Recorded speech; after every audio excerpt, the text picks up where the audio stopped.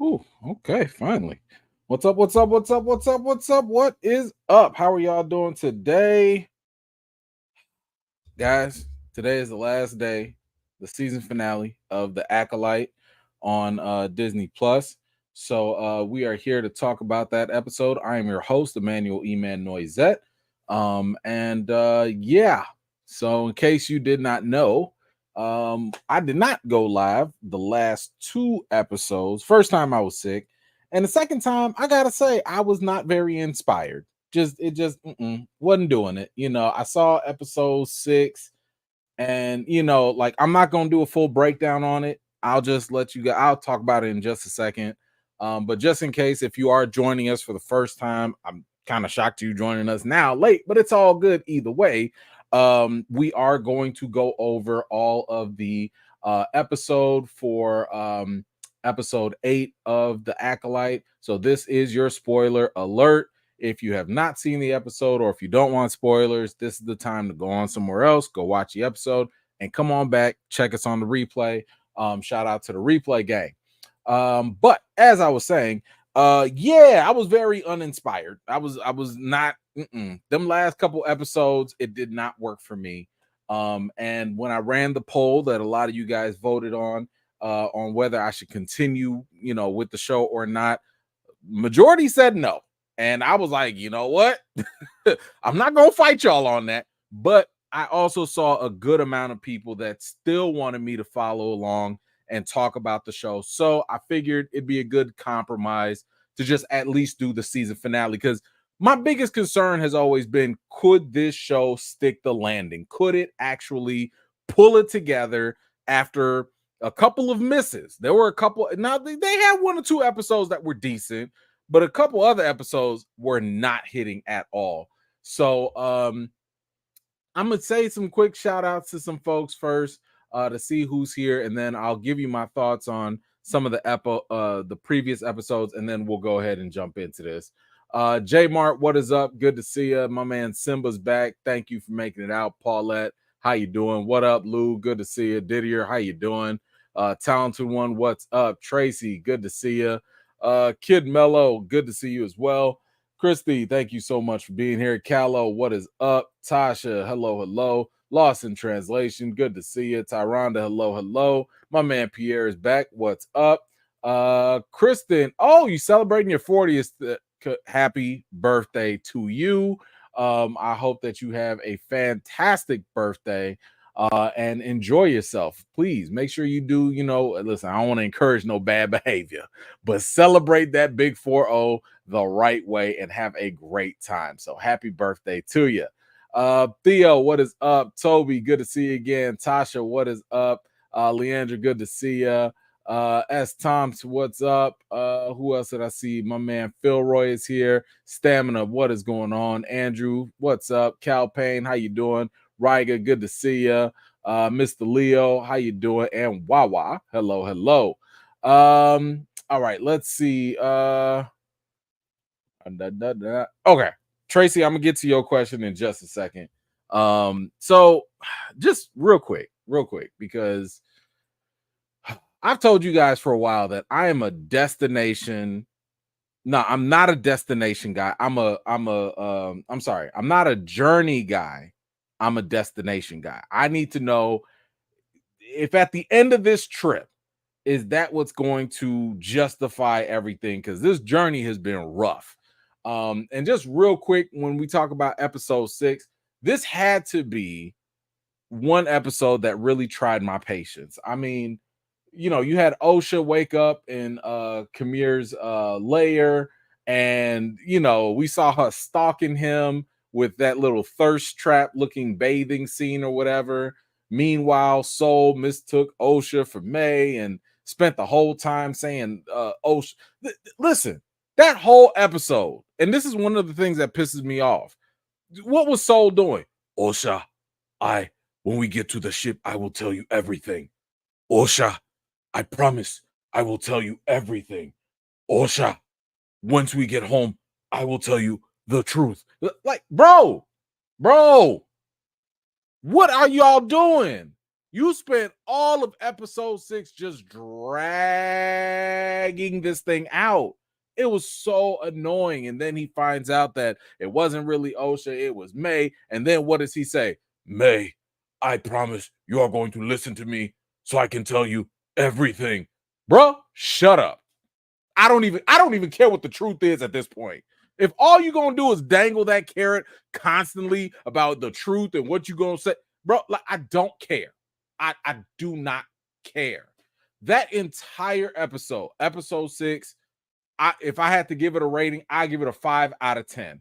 It felt like a filler, and it didn't feel like a good enough setup. It felt like a waste of time. They could have just compacted episode 6 with 7 and just cut up some of that stuff, because honestly, it did not feel like it was worth waiting an entire week for before and after that. So episode 6 to me was a complete miss. If y'all have thoughts on episode 6, feel free to let me know. I'm going fast because I'm not going to go break that nonsense down. Now I will say, so yeah, if you have a rating for episode 6, 0 to 10, feel free to let me know in the comments.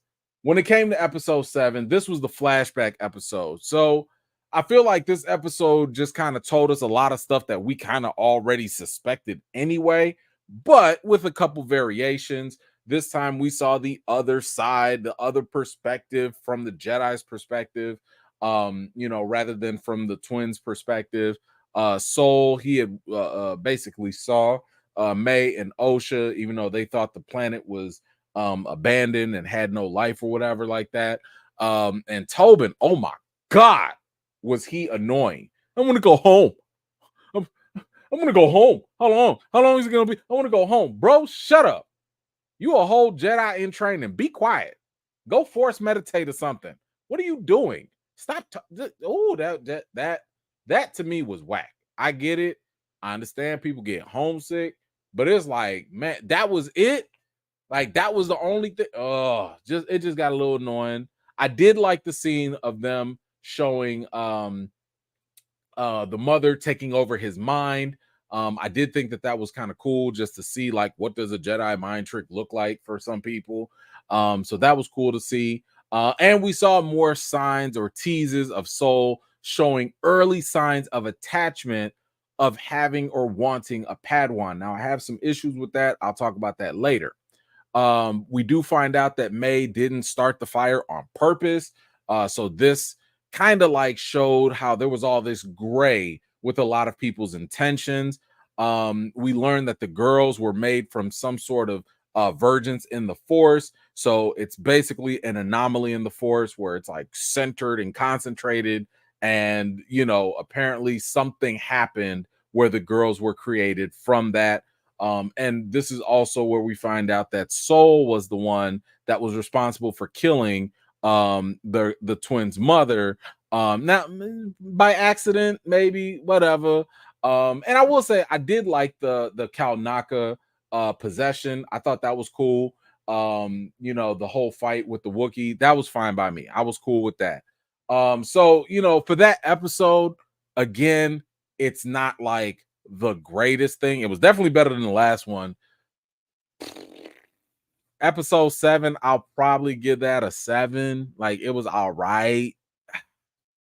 I might get at a 6.5.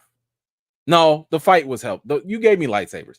I give it a 7. So episode 7 was okay. Again, wasn't crazy great, but it was just all right. But again, we got to learn more about the Force and what was going on. But it didn't feel like that was like the information was like all that revealing or shocking either, right? But anyway, so for that, I'll give it about a 7 out of 10.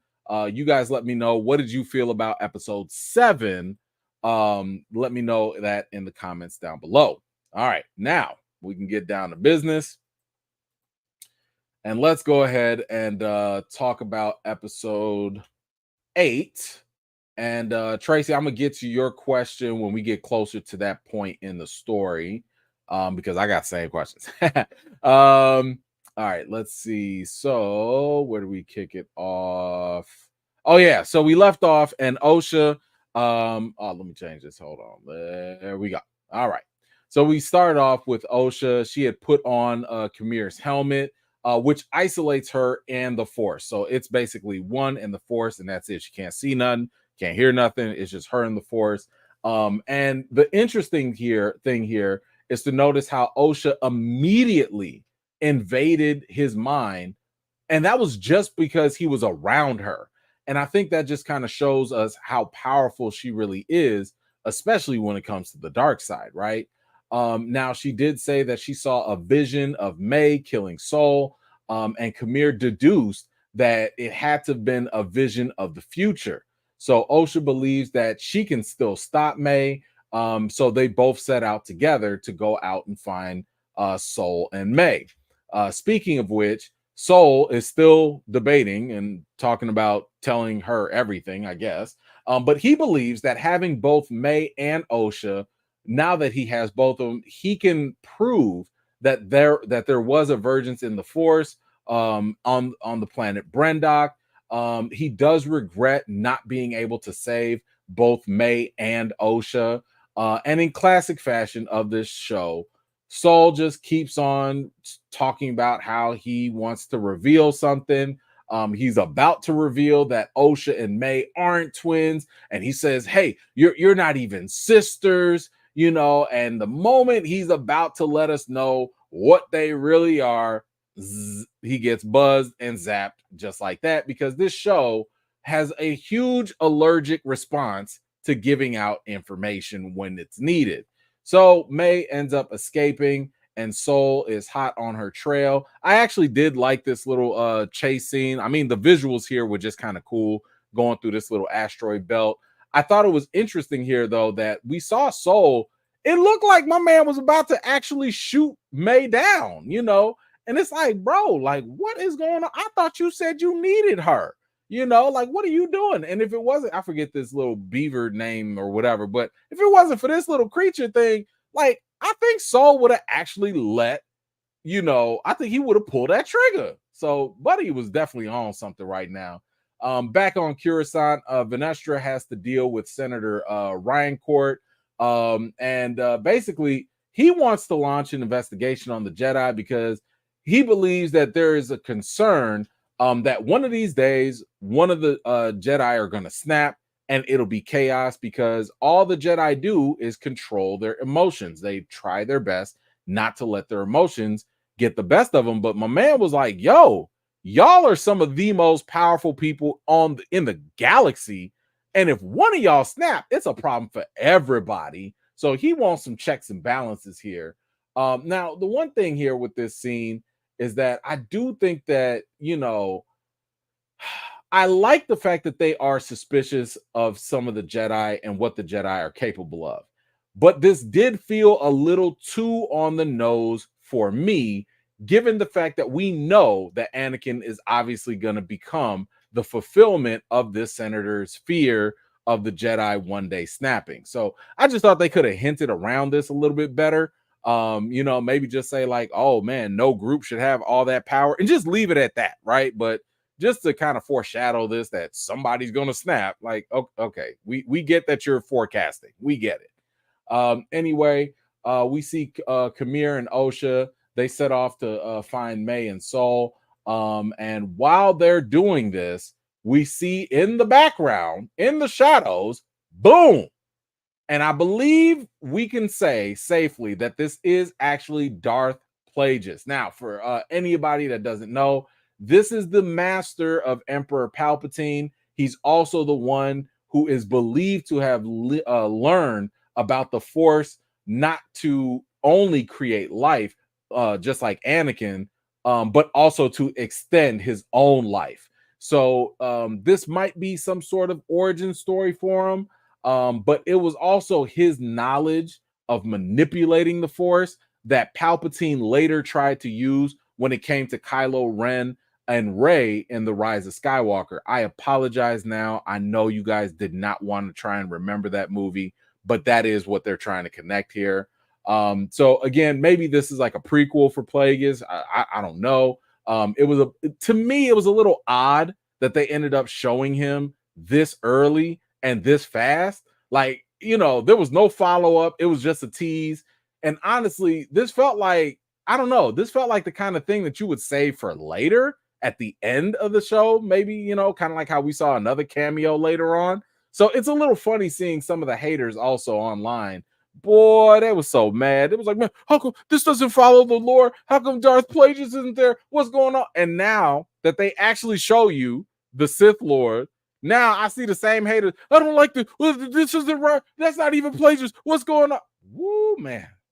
So, like some folks, man, I'm just saying, it's got to be some mental hurdles. It's got to be the mental gymnastics some people got to go through to not like stuff.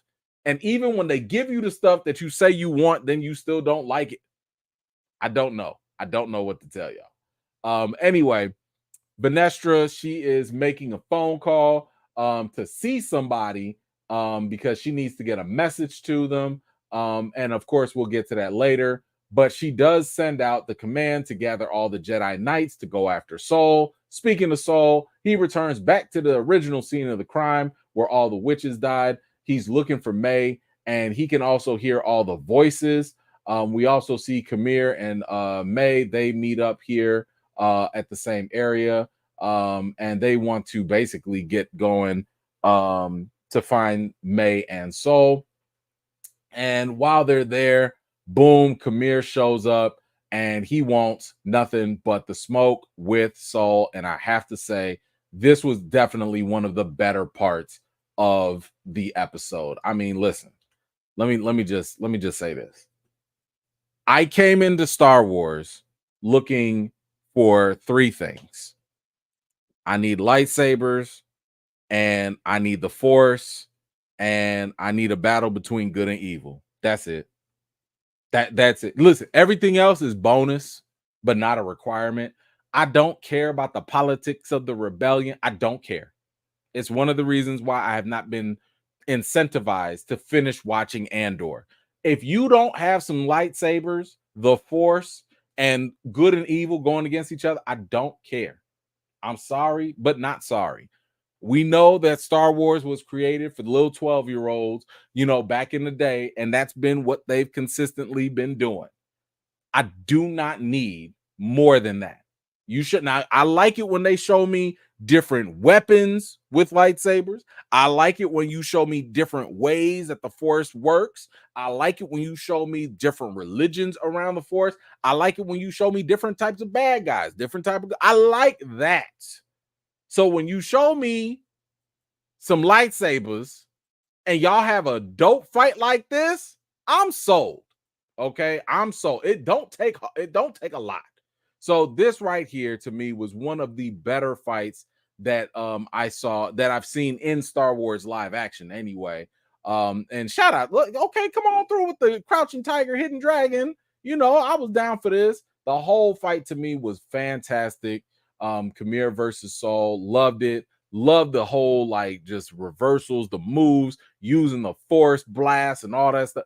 This is what I came for, and this is what I wanted. So they get a very good plus from me on the fights. So now Osha ends up meeting up with May, and now Osha does end up revealing that she could never become a Jedi because she could never control her negative emotions. May tells her that Sol was the one who killed their mother, and Osha becomes unhinged, and the two of them just go at it. And this right here, I love this. Just great camera work. Love how they was fighting, and then they went from this shot straight into this shot. Just good stuff. Good stuff. As Kamir and Sol continue to fight, Sol, by the way, I love the little anime, you know, old school samurai shot, you know, with the side step and the pause for a dramatic effect. I'm here for that. But of course, Sol ends up beating him. But that is until May jumps in and puts a stop to it. And he, you know, Kamir basically asked her, like, yo, feed into your fear. Go ahead and kill him. But she was like, nah, she threw away the lightsaber because for her, she really wants justice. She wants Sol to basically confess about what he did to the council. She wants him to confess about killing their mother. And the more, she started to press him about it, he actually does finally come out and say, the not so secret out loud, that Osha and May, they were created through the Force and they are actually the same person. Okay. Now, this is the part where I think, we all gonna have to put our heads together a little bit on this. I saw comment here. Tracy, what you say here? Help me understand, if they are one person and they cast them as fraternal twins as kids and portray them as identical later, make it make sense. So I've already told you that was an issue for me. Like, I was like, I don't know why you'd have two different actresses playing this. They look fraternal and then later they grow up to just look like each other as identical. That to me is a casting issue. I don't know why they did it, whatever. But in terms of the actual story, like, now I'm just like, okay, they're not twins, they're not sisters, they're the same person. So are they Force clones? Like, this is the part that's not really adding up to me. I'm like, okay, if you told me one of them was a Force projection of the other, like, that would make a little bit more sense. But I'm like, you're the same person, but you're not the same. What? Like, but you're not twins. Like, to me, it doesn't really make sense. I don't really know. Okay, so I know people were saying like they're not okay. Anonymous, I see you saying that they're not clones. Clones have different signatures. I think that's the clones when they're made artificially. Like, when clones are made artificially, those don't have the same signatures. This is why I'm saying these could be Force clones. Because if they're Force clones, they would have the same Force signature, right? Because that is what when Tobin took their little M count, they have the same count. So, and they're just identical in that way. So this is weird because we don't really know the magic, I guess, behind the virgins, and creating life. Like, the closest we have is Anakin, right? So Anakin Skywalker, he doesn't have a dad, right? But he was made through a Force virgins or whatever, and clearly either Palpatine or Plagueis or whoever made Anakin through similar, at least from what it seems like, similar Force magic or whatever. But yeah, this is kind of weird. I don't know where we go with this. I don't know. And by the way, I don't even know if Force clones is like the best way to describe them. This is just the only thing that kind of makes sense for me. But I don't know if you guys have any other ideas about like what's going on. Because we know that they are a Force dyad, right? They represent the Force within themselves. I would argue the same way Anakin represented the Force within himself. He had a dark side and he also had a light side. And clearly they threw us for the okie doke here, where May has always kind of been more of the light side, even though she was crushing bugs and stuff, versus Osha, who apparently seems to be more on the dark side. So I don't know if you guys have any other ideas about what this is. The closest I got is we got Force clones. That's the closest I can make sense of this. But anyway, we'll see. Aaron, what you got? This show made Andor look like the Mandalorian. Dang. Okay, wow. Okay. I haven't finished Andor, so I don't know. I haven't finished Andor, so I will take your word for it. All right, so Saul is out here confessing, basically talking about that the girls are the same person, but he also confesses that he was the one that killed their mom. And this is where Osha hears that part and she just starts to lose it. Saul did say that he needed May to prove his claim of the virgins and the witches, and that the witches did create life with the Force. Like, this was his argument. He was like, yo, I needed both of y'all to prove my case to the council. That's why I didn't do it. So he has, or at least he's trying to have some, I don't know, gray in all this, and just saying he had good intentions. But of course, she don't want to hear nothing about that. She said that, yo, you just go ahead and stop talking.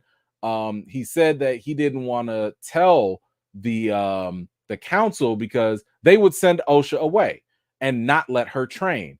But he wanted to give her that Jedi life. He did all of that because, well, it doesn't really matter because every time Soul is about to reveal something, force choke.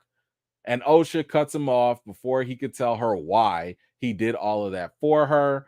We see for the first time also the kyber crystal in the lightsaber actually go and start bleeding. And this is, in case you did not know, this is how basically people on the dark side they take a Jedi's lightsaber and their negative emotions, it taints the actual crystal and the force energy, and that's why they usually have red lightsabers. And for whatever reason, I guess Soul is like, hey, look, it's cool, choke me, squeeze me, smack me, whatever, just whatever, it's fine, you can kill me, I don't care.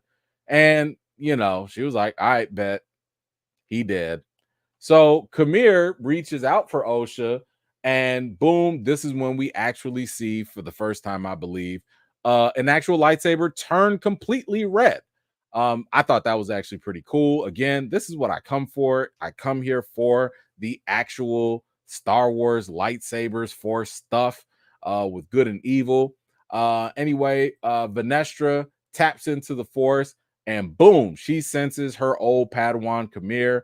And I think that we've talked about this before, but it's pretty obvious, especially given the back wounds that he has on his back that came from a whip, and she does have a purple whip, that Kamir actually was the Padawan, under Vanestra. So I guess now the question is, what actually happened between them? Why did he, quote unquote, turn evil? Why did she whip him up? I guess we'll figure that out some other time. Anyway, May and Osha, they run away. The rest of the Jedi, they are now on the hunt for the girls. The girls end up meeting back near the tree, and they start saying their rhyme that we've heard them say many times. And May asks, like, yo, who even taught this rhyme to us? Like, what, like, where did this come from? And the my guess here is that, at first I was thinking to myself, like, okay, they say the same thing because they're twins, right? Twins have that little connection. But then I was thinking to myself, like, okay, well, they're probably, if they are the same person, okay, you just happen to know the same thing because y'all are the same being, I guess, in whatever way. But then I started thinking to myself, like, the fact that they were doing that, it sounded like more like the spell. That was probably the spell from the witches that was said to actually create them. We heard them when they were doing that ascension ceremony, the power of two and blah blah blah blah blah, stuff like that. So I think that little rhyme that they were saying all this time was probably, since it wasn't taught to them, it probably was the actual spell that was used to create them. And maybe it was just embedded in their DNA. I don't know. But anyway, I thought it was cool that they at least acknowledged that. Kamir ends up finding them. And Osha says, like, yo, let May go and she'll go and train with him in exchange. He does offer to wipe May's memory, both of him and of Osha, permanently. The Jedi end up finding May, but she don't know nothing. So they bring her back to Coruscant. Vanestra starts questioning her and realizes that she doesn't remember anything except from her childhood. Vanestra is now meeting in front of the Senate about Soul, and she basically says that he was just a rogue Jedi. This was a one-time thing. He had this beef with these witches. And this, of course, the council, they still like, yeah, we still need to investigate y'all, because a lot of this stuff is kind of proving their point of what could happen when a Jedi goes bad.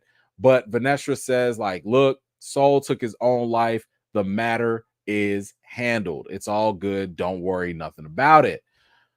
Then Venestra, she mentions that May had a sister, but May, of course, doesn't remember her. So now Venestra's like, yo, like, I need your help to find this Padawan of mine. He was evil. We got to find him. Help me out. And then this is where we see Kamir meeting up with Osha. They out there looking off in the ocean. But I got a question for y'all. What kind of training is going on over here? I know they on the dark side. I know that, he gonna teach her something about the emotions and all that stuff. But what kind of Jedi, what kind of master apprentice, with the romantic view of the ocean? Is this how the Sith get down? Was it just me? Am I the only one that looked at that? Because I looked at this and I was like, what the Anakin and Palpatine, what was y'all doing? Now I got questions on every Sith out there. What kind of training is going on around here?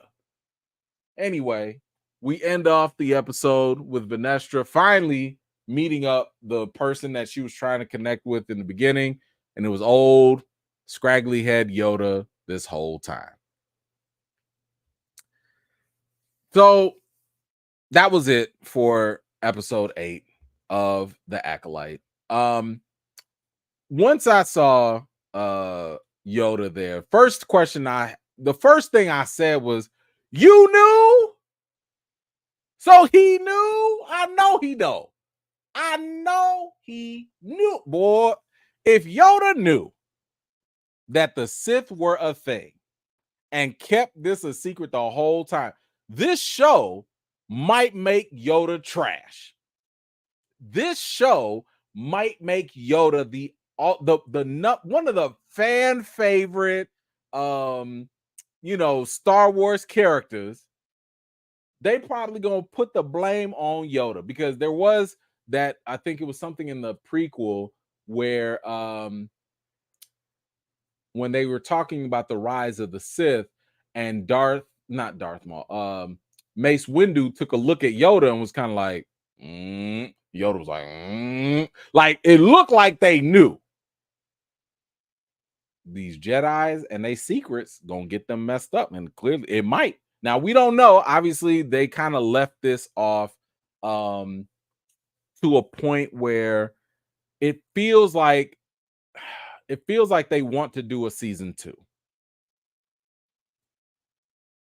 I don't know how I feel about that. So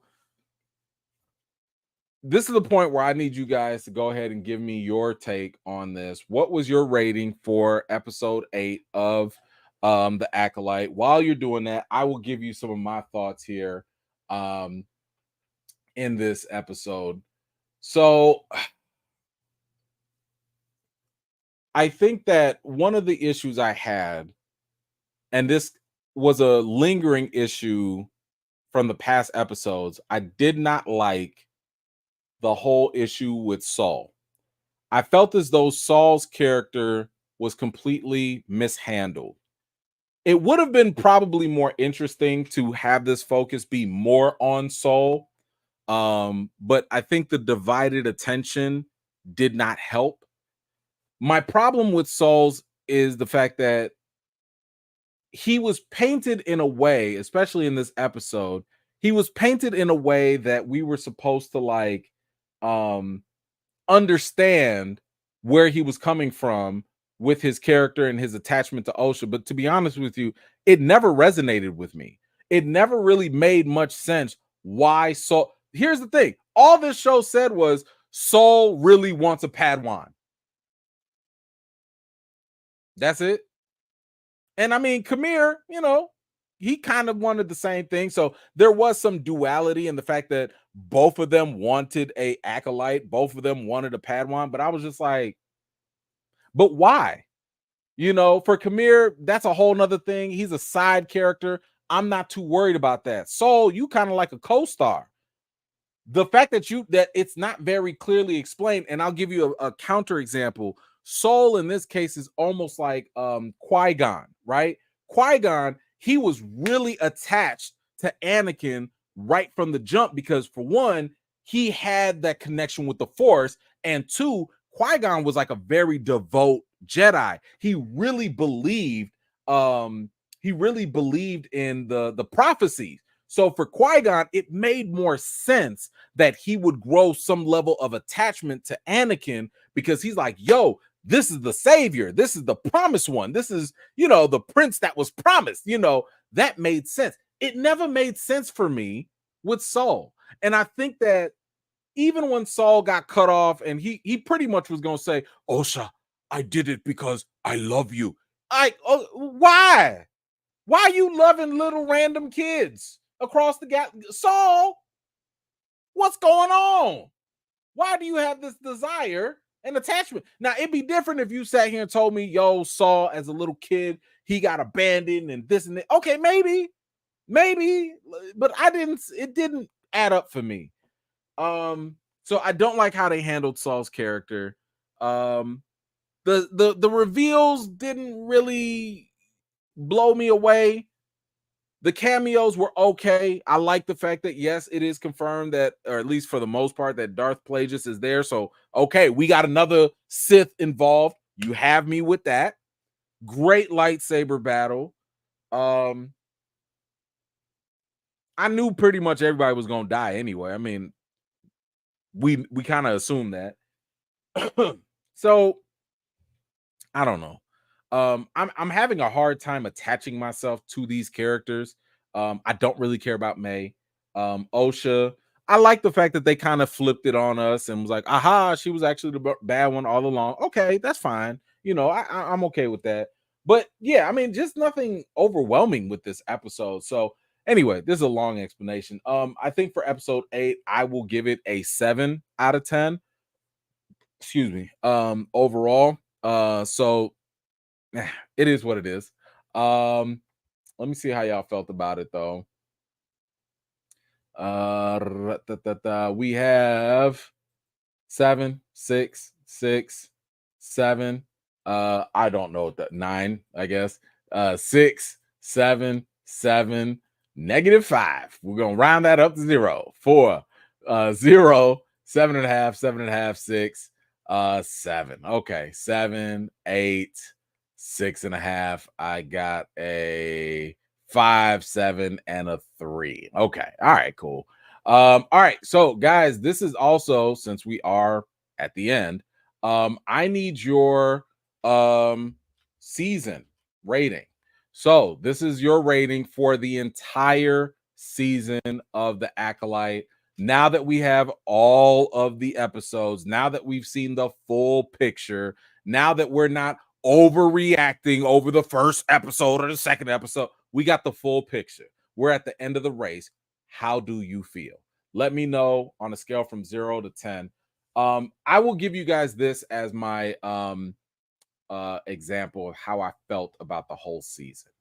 Let me see if I can pull this up for you real quick though. Nope, not gonna work. Do y'all remember this story? There was a man, he was I think it was in the Olympics or something like that. His name was Derek Redmond, I believe. I don't know if y'all recall this, but Derek Redmond was running. Everything was starting smooth. He was good. And then all of a sudden, my man got hurt. He got hurt, and obviously he was going to lose. And it wasn't until, he started crying. This was bad. Like he knew that his hopes, his dreams were over. And it wasn't until we saw a man just come out of the stands out of nowhere, and boom, it was none other than his dad coming in to help him cross the finish line at that point. I feel like this is what The Acolyte was. The first couple episodes, it was like, okay, like you ain't no Usain Bolt, but okay, you got out the gate. But then the next couple episodes was kind of like, did you trip up? Like you tripped up. You tripped up. and you limping, you're not going to finish. It's not going to help. But then we saw Darth Plagueis. Then we got a little lightsaber scene. And yes, just because of the color, we got a little Yoda at the very end. And all that help just managed to get you across the finish line. So I feel as though this show was definitely not one of the best shows Star Wars has made. And if I had to think about it, I still think Boba Fett was worse, but that's not saying much. I will admit that I had high expectations going into the show. They gassed it up as Frozen meets Kill Bill. I ain't seen none of that in this movie or in this show. I was excited about the whole introduction of the Sith and all of that. I do like the fact that we got a little bit more information about the Force and the dyads and, you know, maybe a true origin story of how Anakin was created. All right, maybe. But yeah, I don't have a good feeling with this show. And that hurts because I really wanted it to be good. But I do feel comfortable not giving this the highest of ratings, mainly because I gave it a shot, right? I didn't sit here and pre-hate on it just because, like, I struggled through it, but at least I got through it. So I feel more comfortable saying that this probably was, oof.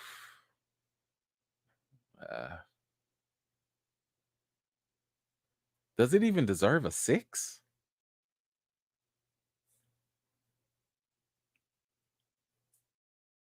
I don't know if I can give it a 6. I mean, I literally thought about quitting.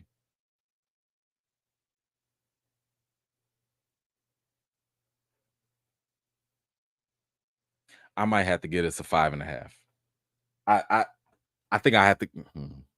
I'm not gonna give it a 5. I'll give it a 5.5. Them little lightsaber scenes, I did like that, but damn, like the biggest problem was the pacing of this whole show.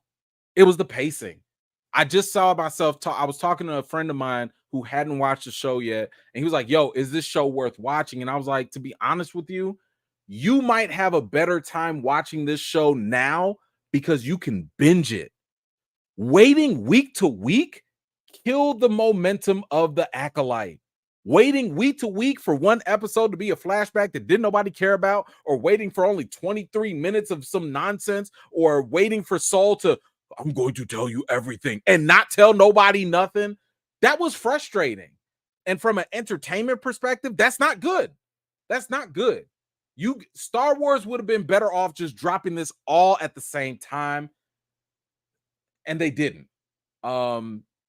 And if they did drop it all at once, maybe this would have been a 6. Maybe it would have been a 7, but I think I'm gonna have to give it a 5 out of 10. Y'all got to do better. This might have been worse than Boba Fett. Because at least Boba Fett gave us Mando. I mean, Mando stole the show, which is a definite knock against Boba Fett. But at least I had some good times with Boba Fett. I can't. I just talked myself out of it. I think this might be the worst show. Damn. I'm gonna give it a 5 out of 10. I'm comfortable with that. But let's see where you guys are at with it. I want to see what y'all feel about the whole season. 5. Shit. All right. 6, 5, 7, 6, 2, 6, 6, 4, 2. Man, y'all harder than me. Okay, 4, 6.5, 4, 2, 7, 6, 6, 6.8, 5, 1, 5, 5, 5, 5, 5, 6, 6, 6. Sorry, too many 6s. 4.3. 3, 5.5. I think I see a 6.5, a 3. Yeah. Guys, this wasn't it. This wasn't it. Star Wars, you got to do better, you know. Um, yeah, just sucks. Sorry. Riker, what you got? They showed the Jedi to be like the police, too much authority, too many responsibilities in the purview, killing people when they get scared. Well, yeah, yeah. And that's why the Senate was like, we need some accountability, you know. So yeah. But you heard how Vanessa was like Jedi lives matter, you know. That's what she was like, nah, we don't need no accountability. We good over here. Anyway, guys, that is it. Thank you so much for joining me on this journey. Unfortunately, this journey and the destination just did not do it, not for me anyway. Um, and yeah, this was very disappointing. It just did not work the way I was hoping. Hold on, we got some love here. We got to give a shout out to who is this? Oh, snaps for Loki. Thank you so much. Catching the replay. So I'm gonna send some love right back. Thank you, Loki, for the $25 cash app. I don't know if you're here right now or not, but thank you so much for that, Loki. Appreciate you. All right, guys. That's it. Listen, at least we got House of the Dragon. Okay, because this was a struggle. Yeah, we're gonna have to do that. But anyway, guys, that's it for this series. We're done. I am relieved, um, you know, that we do not have to struggle with this no more.